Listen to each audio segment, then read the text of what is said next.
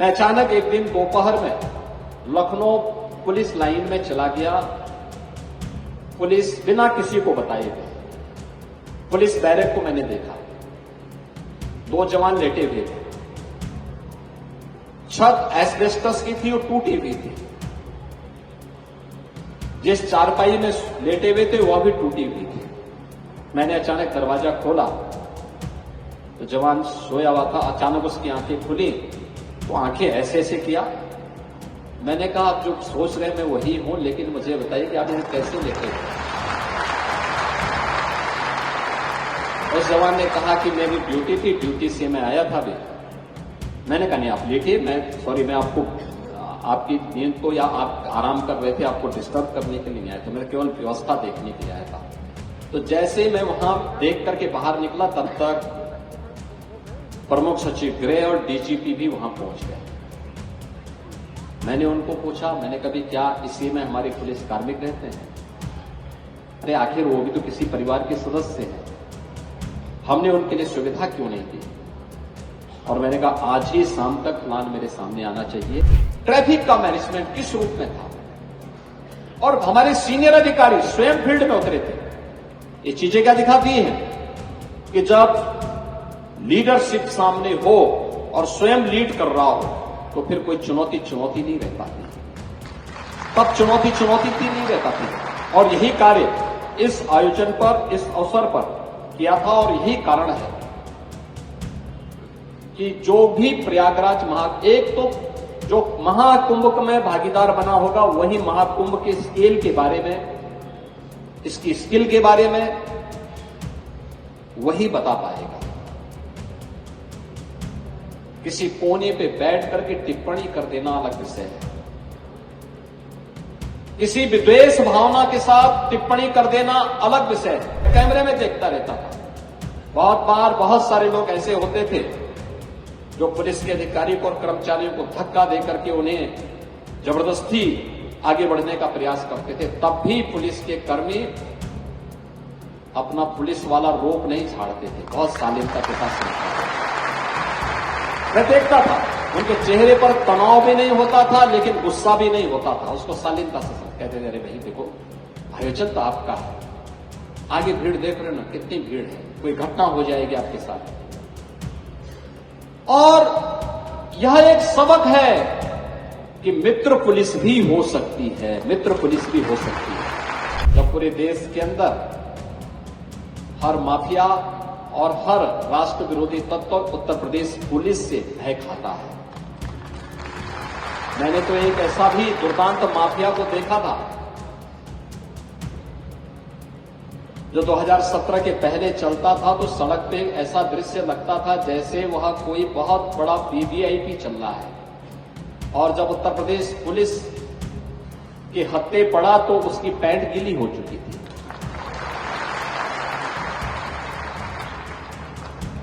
मैंने वो दृश्य देखा है, ये बदलता हुआ नए भारत का उत्तर प्रदेश है। संगम हो, ऐरावत घाट हो, जोशी हो, टिकर माफी हो, रेलवे स्टेशन हो, मैं जिस भी अधिकारी से बात करता था कैमरा देख करके कि भाई वहां पे भीड़ ज्यादा मुझे प्रेशर नजर आ रहा है। मैं जानता था, उनका चेहरे का भाव दिखाता था कि हां चैलेंज है, लेकिन वो कहते थे साहब 1 घंटे के अंदर हम इसको ठीक करवा देंगे, कोई वो नहीं, हम लोग इसके लिए तैयार हैं। मैं देखता था रात्रि भर अधिकारी काम कर रहे हैं, कार्मिक काम कर रहे हैं, क्योंकि 28, 29 और 30 जनवरी को इन 3 दिनों में 15 करोड़ लोग इस सिटी में आए थे। यानी जिस सिटी की क्षमता मात्र 25 करोड़ लोगों को यहां पे नियमित रूप से रहने के लिए सुविधा उपलब्ध करवाने की हो, 25 लाख लोग जिस सिटी में रह सकते हो उस सिटी में 3 दिन के अंदर 15 करोड़ लोग आ जाएं। आप अनुमान इसी से लगा सकते हैं कि 5 सदस्यों के घर में 10 लोग आ जाएं, क्या स्थिति होती है। और अगर 5 लोग जिस घर में रहते हो उस घर में अगर एक साथ 100 लोग आ जाएं, क्या स्थिति बनती है। आप में से बहुत सारे लोग तो स्नान कर चुके होंगे, लेकिन जो लोग बचे हैं तो ये मान करके चलना कि श्रद्धालुओं और संतों का महाकुंभ संपन्न हो चुका है और अब आराम से जो यहां की बची हुई ड्यूटी है उसको संपादित करते हुए भी आप लोग स्नान भी करिए और अपने परिवार के सदस्यों के लिए भी प्रयागराज के संगम का जल लेकर के जरूर जाइएगा, क्योंकि यह आपके जीवन को स्मरणीय बनाएगा। दुनिया के लिए तो स्मरणीय बन गया महाकुंभ, लेकिन यह क्षण आप सबके जीवन में भी एक नया परिवर्तन लाएगा। मेरी ओर से इस आयोजन के लिए और इस पूरे कार्यक्रम को सफलतापूर्वक आगे बढ़ाने के लिए आप सबको एक बार हृदय से बधाई और मंगलमय शुभकामनाएं। महाकुंभ प्रयागराज के पूर्णाहुति के उपरांत पुलिस और सुरक्षा बलों के जवानों के साथ बड़ा भोजन कार्यक्रम के इस आयोजन में अभिनंदन और स्वागत के आज के इस कार्यक्रम में मंच पर उपस्थित उत्तर प्रदेश सरकार में मंत्रिमंडल के मेरे वरिष्ठ सहयोगी उप मुख्यमंत्री द्वय श्री केशव प्रसाद मौर्य जी, श्री ब्रजेश पाठक जी, प्रदेश के जल शक्ति मंत्री और प्रयागराज के प्रभारी मंत्री श्री स्वतंत्र देव सिंह जी, प्रदेश सरकार में नगर विकास और ऊर्जा विभाग के मंत्री श्री ए.के. शर्मा जी, प्रदेश के श्रम और सेवायोजन मंत्री श्री अनिल राजभर जी, परिवहन मंत्री श्री दयाशंकर सिंह जी, माननीय विधायकगण श्री हर्षवर्धन वाजपेयी जी, श्री गुरु प्रसाद जी, श्रीमती पूजा पाल जी, आज के इस आयोजन में उपस्थित प्रदेश सरकार के मुख्य सचिव श्री मनोज कुमार सिंह जी, पुलिस महानिदेशक श्री प्रशांत कुमार जी, प्रमुख सचिव गृह श्री संजय प्रसाद जी, अपर पुलिस महानिदेशक Prayagraj zone, police commissioner, police महानिरीक्षक प्रयागराज परिक्षेत्र, पुलिस उप महानिरीक्षक कुंभ मेला और वरिष्ठ पुलिस अधीक्षक के साथ ही मंडलायुक्त, जिलाधिकारी, मेलाधिकारी समेत प्रशासन और पुलिस के वे सभी अधिकारीगण जिन्होंने इस पूरे आयोजन को एक सुरक्षित आयोजन के रूप में भीड़ प्रबंधन हो, आपदा प्रबंधन हो या एक सुरक्षित और सुव्यवस्थित आयोजन के रूप में बदला है, ऐसे आयोजन में आज की इस स्वागत, अभिनंदन और बड़ा भोज कार्यक्रम में उपस्थित है आप सभी पुलिस अधिकारियों का, कार्मिकों का, जिसमें हमारे केंद्रीय पुलिस बल के जवान भी हैं, अधिकारी भी हैं, उत्तर प्रदेश पीएसी बल के भी जवान हैं, होमगार्ड और पीआरडी के जवान भी हैं। उत्तर प्रदेश पुलिस बल के साथ ही आप सभी जवानों का मैं हृदय से अभिनंदन करता हूं, स्वागत करता हूं।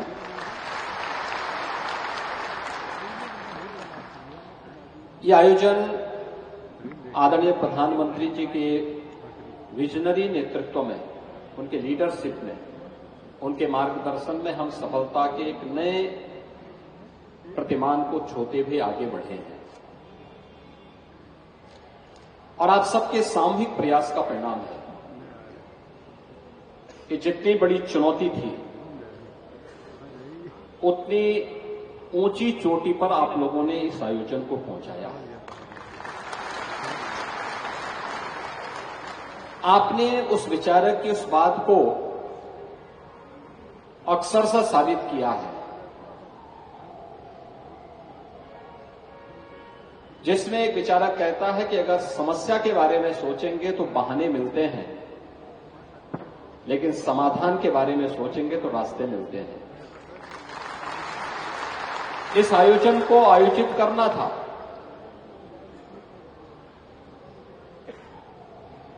तो हमारे सामने भी दोनों रास्ते थे, एक समस्या का था और एक समाधान का था। अगर हम समस्या के बारे में सोचते तो सफलता की इस बड़ी ऊंचाई को प्राप्त नहीं कर पाते।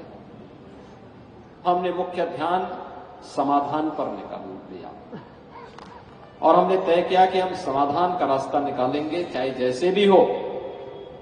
भारत के इस आध्यात्मिक और सांस्कृतिक आयोजन को दुनिया का सबसे बड़ा आयोजन बना करके और सुरक्षित आयोजन के रूप में बदल करके इसको वहां पहुंचाएंगे। और इसीलिए आदरणीय प्रधानमंत्री जी ने जो थीम दी थी, एक दिव्य कुंभ हो, भव्य कुंभ हो, डिजिटल कुंभ हो, आस्था और आर्थिकी का एक बेहतर समन्वय भी महाकुंभ ने दुनिया को दिया है। दुनिया में आस्था को आर्थिकी के साथ आज तक लोगों ने नहीं जोड़ा, और कहीं ये होता भी नहीं है कि कोई सरकार कहीं किसी सिटी के डेवलपमेंट प्लान के साथ साथ आयोजन के अवसर पर 7,000 करोड़ खर्च करे और उससे उस प्रदेश की अर्थव्यवस्था में 3.5 लाख करोड़ की वृद्धि हो जाए। ये दुनिया के अंदर कहीं नहीं देखने को मिलता है, लेकिन ये प्रयागराज महाकुंभ ने साबित करके दिखाया है। और जो प्रधानमंत्री जी का विजन था कि आस्था में एक ताकत है, भारत के ऋषि इसी बात को लेकर के कहते थे कि हम सही मार्ग पर चलें, आस्था का सम्मान करें, तो अपने आप ही अर्थ और उससे होने वाली कामनाओं की सिद्धि प्राप्त होती हुई दिखाई देती। और यह प्रयागराज महाकुंभ ने करके दिखाया है। मैं इस अवसर पर सबसे पहले आप सभी का, जिन्होंने उन चुनौतियों का सामना करते हुए, दिन हो या रात हो, क्योंकि प्रयागराज कुंभ से जुड़े हुए, महाकुंभ से जुड़े हुए जितने भी सीसीटीवी कैमरे थे, लगभग 2700 से लेकर 3000 तक, इन सबको लाइव मैं स्वयं भी लखनऊ में बैठ करके या जहां भी मैं रहता था उस दौरान उनको देखता था, वॉच करता था कहां पे क्या है, और भीड़ के स्केल को देखते हुए, ट्रैफिक के लोड को देखते हुए, यहां पर 1 लाख से अधिक तो टेंटेस थे, 8,000 संस्थाएं थी, और एवरेज याद करिए, अगर आपके घर में 5 लोगों के रहने की व्यवस्था हो और अगर 10 लोग आ जाएं तो घर में परेशानी होने लगती है। प्रयागराज सिटी की क्षमता 25 लाख लोगों को रोकने की है, रहने का अस्थायी रूप से रोकने की है। और प्रयागराज में प्रतिदिन 2 से 2.5 लाख लोग इन 1.5 महीनों के अंदर, 2 से 2.5 करोड़ लोग या श्रद्धालु इन 1.5 महीनों के दौरान लगातार आए हैं। और इसका स्केल है 66 करोड़ 30 लाख तक पहुंचा है, और दुनिया के अंदर किसी भी आयोजन में इतनी बड़ी संख्या नहीं पहुंची है। यानी इतने बड़े स्केल में पूज्य संतों की उपस्थिति, श्रद्धालु जनों की उपस्थिति, और देश हो या दुनिया, कोई भी ऐसा महत्वपूर्ण महानुभाव देश का नहीं था जो प्रयागराज कुंभ में भागीदार न बना हो। महामहिम राष्ट्रपति जी की उपस्थिति थी, महामहिम उपराष्ट्रपति जी आए थे, आदरणीय प्रधानमंत्री जी 13 दिसंबर को यहां महाकुंभ के कार्यक्रमों का उद्घाटन करने के लिए स्वयं उपस्थित हुए थे, और 5 फरवरी को महाकुंभ के महास्नान में भागीदार बने थे। सभी केंद्रीय मंत्री, माननीय गृह मंत्री, माननीय रक्षा मंत्री, माननीय सड़क परिवहन मंत्री, माननीय रेल मंत्री, सभी केंद्रीय मंत्रियों की उपस्थिति, कमोबेश सभी राज्यों के माननीय राज्यपाल, उपराज्यपाल, माननीय मुख्यमंत्री और दुनिया के 100 से अधिक देशों की भागीदारी, जिसमें 74 देशों के एम्बेसडर और हाई कमिश्नर्स भी इस आयोजन का हिस्सा बने थे। 12 देशों के राष्ट्राध्यक्ष या मंत्री इस कार्यक्रम का हिस्सा बने थे और अन्य देशों से उनके नागरिक इस आयोजन में भागीदार बने थे। इतना बड़ा आयोजन सुरक्षित हो, सुव्यवस्थित हो, मुझे पहले दिन से विश्वास था कि हम कर देंगे, क्योंकि मैंने उत्तर प्रदेश पुलिस बल की क्षमता को पिछले 7.25 वर्ष के अंदर देखा है, तोला है और मजबूती के साथ उसको आगे बढ़ते हुए देखा है। और इसीलिए उत्तर प्रदेश इस पुलिस बल के लिए उसमें रिफॉर्म हो, उसके लिए नई नई अवस्थापना सुविधाओं का विकास हो, उसका आधुनिकीकरण हो, इसके लिए जब भी मुझे गृह विभाग ने या उत्तर प्रदेश की पुलिस बल के महानिदेशक ने जब भी मेरे सामने कोई प्रस्ताव रखा तो हम लोगों ने बहुत, गृह विभाग का जो बजट होता था बहुत सामान्य सा बजट होता था और इस समय 40,000 करोड़ रुपए अकेले पुलिस बल का जब एक वर्ष का बजट है उत्तर प्रदेश के लिए। उत्तर प्रदेश के अंदर बहुत सारे जनपद तो ऐसे हैं जहां पर जो सबसे बड़ी बिल्डिंग होगी वो उत्तर प्रदेश के पुलिस के जवानों का बैरक होगा। ये आज देखने को मिलता होगा। मुझे याद है 2017 में मुख्यमंत्री बनने के बाद मेरे सामने चैलेंज था। उस समय ये वही प्रदेश था जिसमें हर दूसरे तीसरे दिन दंगे होते थे। ये वही प्रदेश था जिसमें माफिया की पैरेलल गवर्नमेंट चलती थी। ये वही प्रदेश था जहां बेटियां पलायन करती थी, भागती थी, व्यापारी भागता था यहां से, कोई निवेशक आना नहीं चाहता था और उत्तर प्रदेश के नौजवानों के सामने पहचान का संकट खड़ा हुआ था। मेरे सामने चैलेंज था ये, कैसे दंगा मुक्त, माफिया मुक्त एक सुरक्षित प्रदेश के रूप में कानून का राज जिसमें हो, क्योंकि सुशासन की पहली शर्त है कानून का राज, और उसके रूप अनुरूप कैसे हम प्रदेश को बनाएं, इस चैलेंज को स्वीकार करने के लिए मेरे मन में आया कि मैं थोड़ा देख तो लूं क्या है पुलिस कर्मियों की सुविधा। मैं अचानक एक दिन दोपहर में लखनऊ पुलिस लाइन में चला गया। पुलिस बिना किसी को बताए गए पुलिस बैरक को मैंने देखा। 2 जवान लेटे हुए थे, छत एस्बेस्टस की थी और टूटी हुई थी। जिस चारपाई में लेटे हुए थे वह भी टूटी हुई थी।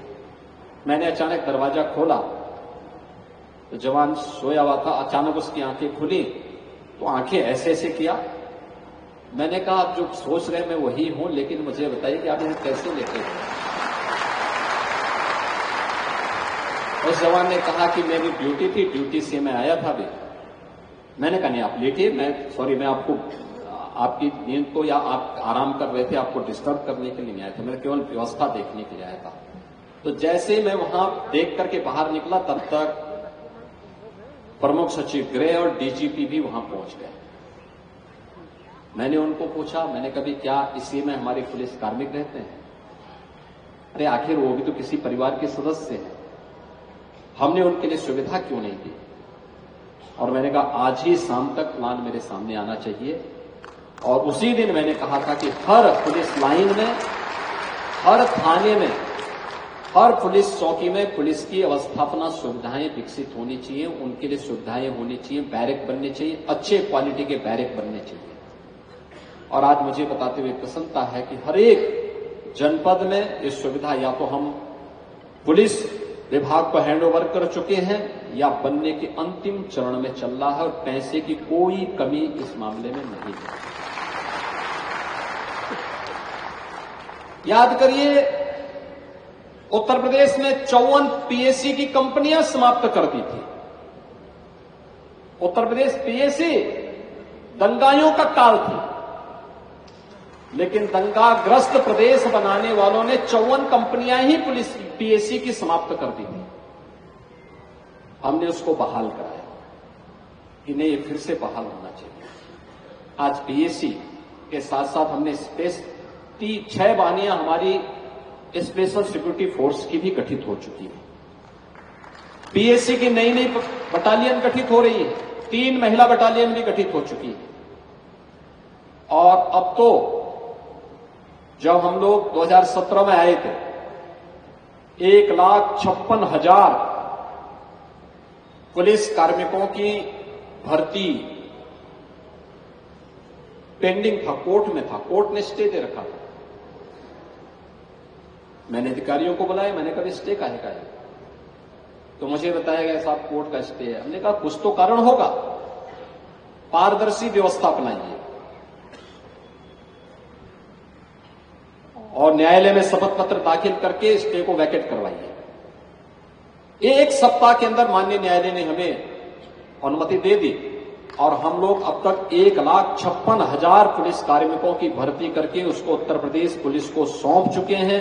60,200 पुलिस कार्मिक वर्तमान में हमारे भर्ती में फिजिकल और मेडिकल के चरण में चल रहे हैं। अगले महीने वे अपनी ट्रेनिंग के लिए जाएंगे। इसके उपरांत 30,000 और भर्ती हम लोग करने जा रहे हैं। आज हमारे पास एसडीआरएफ है और महाकुंभ प्रयागराज में तो उत्तर प्रदेश जल पुलिस ने भी और उत्तर प्रदेश फायर सर्विसेज ने भी अपने पूरे नए बेड़े के साथ इस महाकुंभ में अपनी भागीदारी सुनिश्चित की। क्विक रिस्पांस क्या होता है? आपने देखा होगा प्रयागराज में जब भी आग लगी कहीं किसी पंडाल में, किन्हीं कारणों से लगी, 10 मिनट के अंदर उसको कंट्रोल कर लिया गया। आपने देखा होगा जहां पे एक अस्थायी सिटी हो, कोई जनहानि नहीं हुई, डूबने से कोई मौत नहीं होती है, कोई दुर्घटना नहीं हुई। मौनी अमावस्या के दिन एक दुर्भाग्यपूर्ण घटना अचानक घटित होती है और 15 से 20 मिनट के अंदर हर घायल को पुलिस के द्वारा एसडीआरएफ के साथ मिलकर के, एनडीआरएफ के साथ मिलकर के जो ग्रीन कॉरिडोर बनाया गया, सभी घायल, गंभीर रूप से घायल लोगों को हॉस्पिटल या मेडिकल कॉलेज पहुंचाने की कार्रवाई को संपन्न किया जा चुका है। क्राउड मैनेजमेंट कैसे होना है? और ये तब 13 अखाड़ों के साथ साथ सभी पंथ, सनातन धर्म से जुड़े हुए सभी पंथ, संप्रदाय और उपासना विधियां प्रयागराज में मौजूद थी। क्या उत्तर, क्या दक्षिण, क्या पूरब, क्या पश्चिम, जो कभी नहीं आया इस बार प्रयागराज महाकुंभ में आया। और उन लोगों ने इस आयोजन में भागीदार बने। उनकी शोभा यात्राएं थी, 6 स्नान थे जिनमें 3 अमृत स्नान थे, मकर संक्रांति, मौनी अमावस्या और बसंत पंचमी। शेष पौष पूर्णिमा, माघ पूर्णिमा और महाशिवरात्रि ये महास्नान थे जिनमें अखाड़ों की उपस्थिति नहीं थी, लेकिन अन्य साधु संत इसमें भागीदार बने थे। शंकराचार्य, श्रृंगेरी के शंकराचार्य आए थे, पुरी के शंकराचार्य आए थे, द्वारिकापुरी के शंकराचार्य यहां पर थे। ज्योतिष पीठ की ओर से पूज्य स्वामी जी यहां पर प्रयागराज से उन्होंने इस कार्यक्रम में भागीदार बनकर के इस आयोजन को और प्रभावी ढंग से आगे बढ़ाने का कार्य किया था। कांचीपुरम के पूज्य शंकराचार्य जी इस कार्यक्रम में भागीदार बने थे। अन्य सभी पंथ संप्रदायों से जुड़े हुए और पहली बार पूर्वोत्तर के साथ साथ बौद्ध धर्म गुरुओं की उपस्थिति, भिक्षुओं की उपस्थिति भी इस आयोजन को आगे बढ़ा रही थी। बड़े बड़े आयोजन हुए थे। मुझे ऐसे 2 आयोजनों में जहां बड़े बड़े कथा मंडप बने हुए थे, उन दोनों में भागीदार बनने का अवसर मिला था। और दोनों आयोजनों में मैं देख रहा था 2 से 2.5 लाख श्रद्धालु बैठे हुए थे और वे आराम से कथा के बाद, वहां का प्रवचन के बाद उनकी यात्रा निकलती है। वे संगम में जाकर के स्नान करके फिर वापस भी चले जाते हैं। कहीं कोई घटना नहीं घटी हुई। ट्रैफिक का मैनेजमेंट किस रूप में था, और हमारे सीनियर अधिकारी स्वयं फील्ड में उतरे थे। ये चीजें क्या दिखाती हैं कि जब लीडरशिप सामने हो और स्वयं लीड कर रहा हो तो फिर कोई चुनौती नहीं रह पाती, तब चुनौती नहीं रह पाती है। और यही कार्य इस आयोजन पर, इस अवसर पर किया था। और यही कारण है कि जो भी प्रयागराज एक तो जो महाकुंभ में भागीदार बना होगा, वही महाकुंभ के स्केल के बारे में, इसकी स्किल के बारे में वही बता पाएगा। किसी कोने पे बैठ करके टिप्पणी कर देना अलग विषय है। किसी विद्वेष भावना के साथ टिप्पणी कर देना अलग विषय है। लेकिन ईमानदारी के साथ जिसने महाकुंभ के आयोजन को देखा है और इसमें भागीदार बना है, महाकुंभ के बारे में वही बोल सकता है, सही उसका आकलन वही कर भी पाएगा। और जो भी आया उसने 2 बातों की चर्चा जरूर की।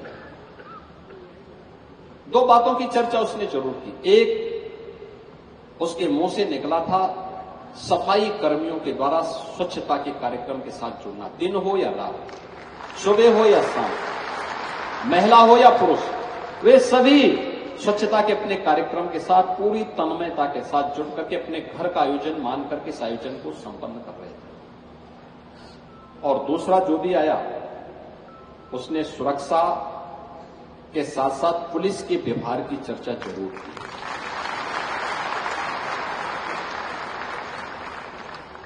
पुलिस या सीएपीएफ के हमारे जवान, होमगार्ड के जवान, पीआरडी के जवान,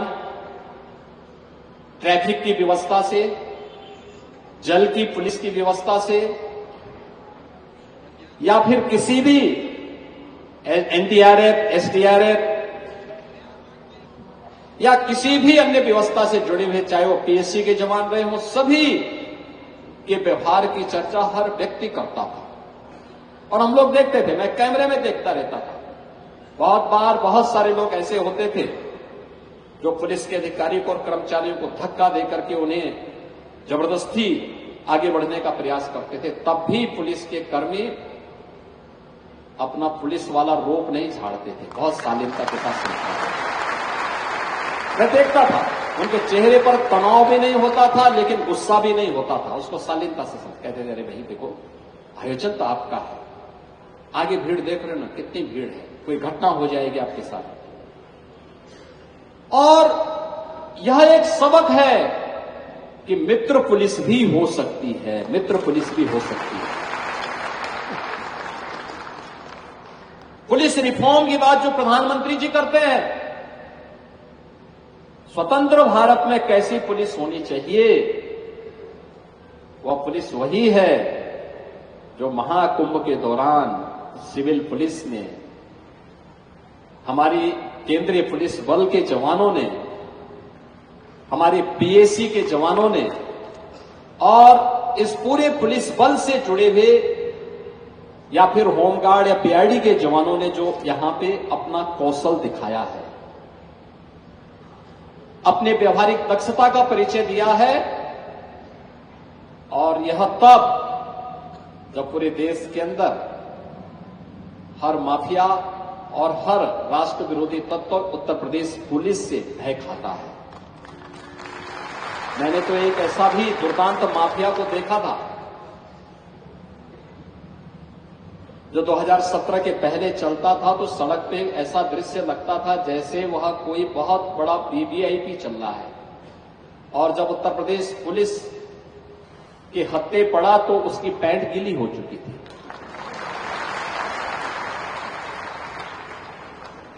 मैंने वो दृश्य देखा है।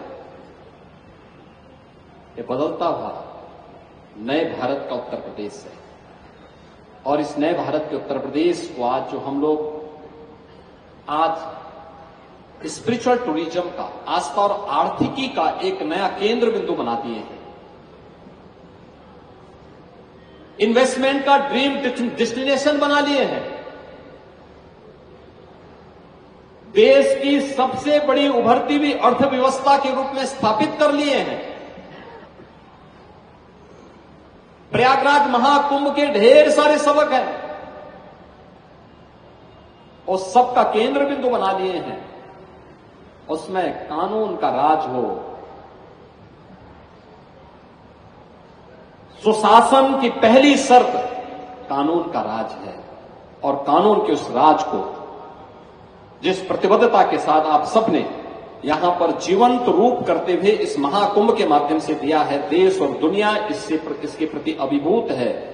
और इस अवसर पर मैं आप सभी का, जो 75,000 हमारे उत्तर प्रदेश पुलिस बल, केंद्रीय पुलिस बल, पीएसी, होमगार्ड, आपदा प्रबंधन, चाहे वह केंद्रीय आपदा प्रबंधन से जुड़े हुए या स्टेट डिजास्टर मैनेजमेंट से जुड़े हुए, हमारी एसडीआरएफ से जुड़ी हुई जल पुलिस, फायर पुलिस या फिर होमगार्ड, पीआरडी के जवान, इन सभी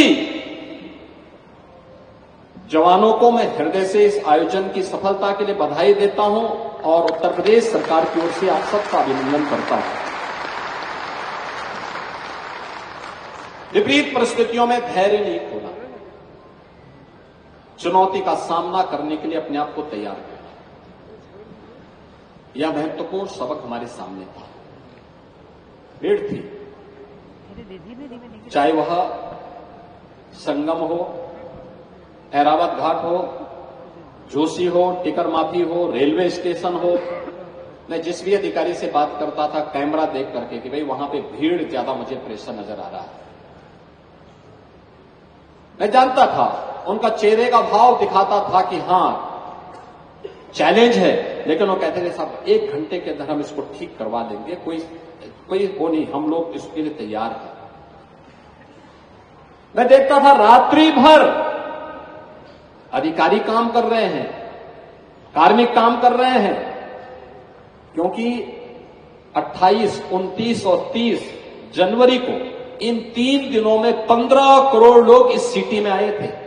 यानी जिस सिटी की क्षमता मात्र 25 करोड़ लोगों को यहां पे नियमित रूप से रहने के लिए सुविधा उपलब्ध करवाने की हो, 25 लाख लोग जिस सिटी में रह सकते हो, उस सिटी में 3 दिन के अंदर 15 करोड़ लोग आ जाएं। आप अनुमान इसी से लगा सकते हैं कि 5 सदस्यों के घर में 10 लोग आ जाएं, क्या स्थिति होती है। और अगर 5 लोग जिस घर में रहते हो, उस घर में अगर एक साथ 100 लोग आ जाएं, क्या स्थिति बनती है। और प्रयागराज सिटी में तो 3 दिनों में 15 करोड़ लोग आए थे, और 15 करोड़ भी ऐसे लोग आए थे, पूरे देश भर से आए थे, कोई उत्तर से, कोई दक्षिण से, कोई पूरब से, कोई पश्चिम से, कोई विदेश से, कोई देश से, दुनिया भर से आए थे। और जो आया संगम में एक बार डुबकी लगाया, अभिभूत होकर के गया, गंगा जी लेकर के गया। आपने जो व्यावहारिक दक्षता और संवेदनशीलता का परिचय दिया है,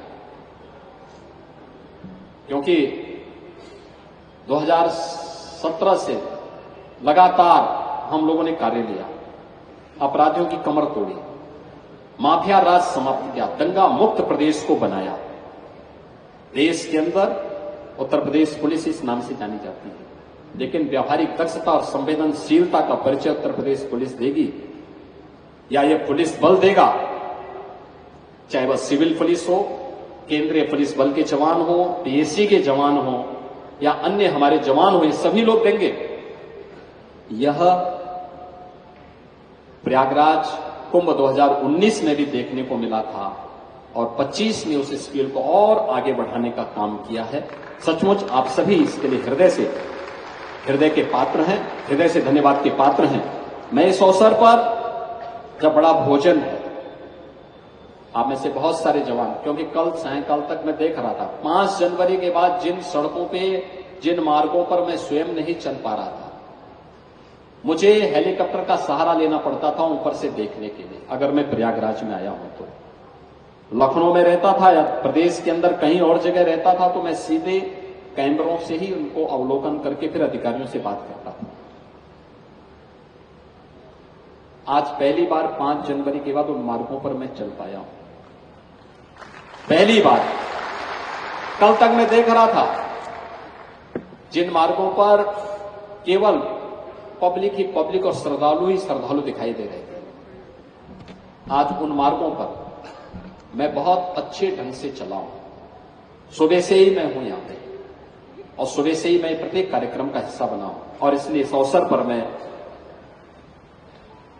आप सबको इस आयोजन के प्रति अपनी प्रतिबद्धता को दोहराते हुए, अभी आपको कुछ दिन यहां पे रहना पड़ सकता है, हमारे सामने आगे की भी चैलेंज है, होली भी आ रही है और हम लोगों ने कहा कि वे फेज वाइज हमारे जो जवान हैं या जो अधिकारीगण हैं उनको हम 1 सप्ताह का अवकाश तो देंगे, लेकिन फेज वाइज अवकाश उनको प्राप्त होगा। एक नहीं, एक साथ नहीं,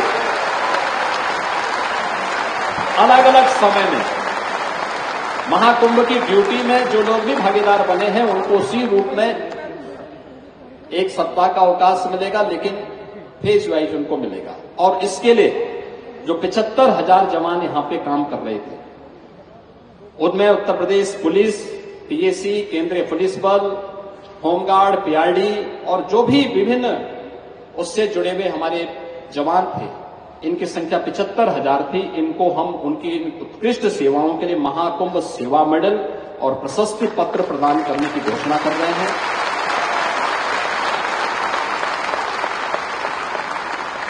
उत्तर प्रदेश पुलिस के जो भी अराजपत्रित पुलिस कार्मिक इस आयोजन में भागीदार बने हैं, उनको 10,000 रुपए का एक स्पेशल बोनस भी हम लोग इस अवसर पर महाकुंभ का उपलब्ध करवा रहे हैं। मैं इस अवसर पर एक बार फिर से आप सबका मैं हृदय से अभिनंदन करता हूं और इस आयोजन को कुशलतापूर्वक आगे बढ़ाने के लिए आप में से बहुत सारे लोग तो स्नान कर चुके होंगे, लेकिन जो लोग बचे हैं तो मान करके चलना कि श्रद्धालुओं और संतों का महाकुंभ संपन्न हो चुका है और अब आराम से जो यहां की बची हुई ड्यूटी है उसको संपादित करते हुए भी आप लोग स्नान भी करिए और अपने परिवार के सदस्यों के लिए भी प्रयागराज के संगम का जल लेकर के जरूर जाइएगा, क्योंकि यह आपके जीवन को स्मरणीय बनाएगा। दुनिया के लिए तो स्मरणीय बन गया महाकुंभ, लेकिन यह क्षण आप सबके जीवन में भी एक नया परिवर्तन लाएगा। मेरी ओर से इस आयोजन के लिए और इस पूरे कार्यक्रम को सफलतापूर्वक आगे बढ़ाने के लिए आप सबको एक बार हृदय से बधाई और मंगलमय शुभकामनाएं। धन्यवाद। जय हिंद।